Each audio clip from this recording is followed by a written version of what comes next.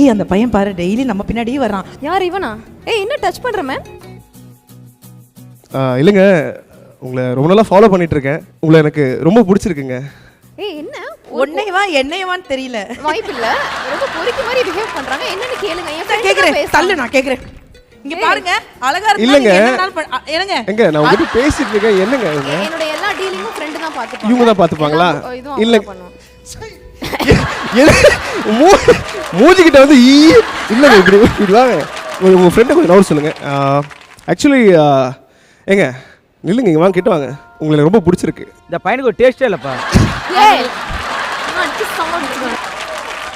So will you marry me? அதையே மறந்துட்டியா? என்ன ப்ரப்போஸ் பண்றதுக்கு ஒரு குவாலிஃபிகேஷன் இருக்கும். கொஞ்சம் நல்லா டான்ஸ் ஆடணும், பார்க்க ஹேண்ட்ஸமா இருக்கணும். First point okay. சோ அந்த டான்ஸ் அப்படிங்களா? ஏதோ கொஞ்சம் லைட்டா ஆடுவாங்க தெரியுங்க எனக்கும். ஏய் என்னடி ஆடி காட்டுப்பா. ஆடுவேன் வாயிலே ஆடிட்டு இருக்க. அவங்க ஏத்துக்கிட்டனா சந்தோஷமா ஆடிடலாம். சரி அப்ப நீங்க என்ன பண்ணுங்க, ப்ரப்போஸ் தான் அவங்க அக்செப்ட் பண்ணிக்க மாட்டாங்கல, நீங்க ஏன் வந்து அவங்களுக்கு ஒரு டான்ஸ் சொல்லி கொடுக்க கூடாது? சூப்பர், சொல்லி கொடுத்துடலாமே. மியூசிக் போடுங்க.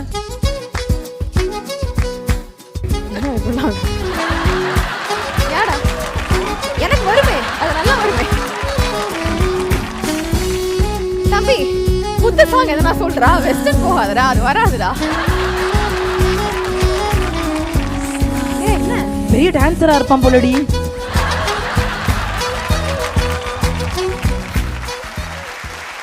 பாரு உனக்கு தெரியும் டான்ஸ்ன்றதுனால ரொம்ப எப்படி லைட்டா தெரியும் டான்ஸ் தெரியுங்க. ஆக்சுவலி நானும் இந்த இடத்துல என் மனசு உங்ககிட்ட பறி கொடுத்துட்டேன். சூப்பர்ங்க. நம்ம அப்படியே கல்யாணம் பண்ணிக்கலாம். அப்பதான் அவ்வளவுதாங்க. நீங்க கை காட்டுங்க. வெக்கத்துல அந்த பக்கம் திரும்புங்க. அதாங்க.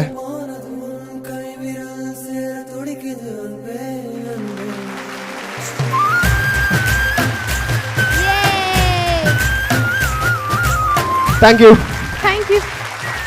அதாவது தொடர்ந்து இந்த மாதிரி லவ் பண்ணிகிட்டே இருந்தாங்கன்னா அவங்களோட அந்த லவ் வந்து ஆமாம் நாங்கள் எப்போவுமே இப்படி தானே, இன்றைக்கி என்ன ஸ்பெஷலாக அப்படின்ற ஒரு ஃபீலிங்கில் தான் நீங்கள் 2 பேரும் சுற்றிட்டு இருக்கீங்க. உங்கள் ஹஸ்பண்டோட சேர்ந்து அவார்டு வாங்கியிருக்கீங்க. அண்ட் இந்த அவார்டு வந்து பெஸ்ட் கண்டென்ட் கிரியேட்டர் அப்படின்ற ஒரு கேட்டகரியில் நீங்கள் வாங்கியிருக்கீங்க. அப்படின்னா அது சாதாரண விஷயம் கிடையாது. சாதாரண விஷயமே கிடையாது. ஏன்னா அந்த ஒரு கொரோனா டைமில் வந்து ஒரு கிராமத்தில் போய் தஞ்சம் புகுந்தவன் இப்போ அந்த பஞ்சாயத்தில் என்ன பண்ணிட்டாங்களா, வெளியில் இவங்க ஃபோட்டோவை போட்டாங்களாம். இவங்க 2 பேர் வந்தால் ஊருக்குள்ளே விடாதீங்க அப்படின்னு சொல்லி அந்த அளவுக்கு வந்து அந்த ஊருக்குள்ளே இருக்க பூந்து வந்து வாழ்ந்துட்டு வெளில வந்திருக்கிறாங்க.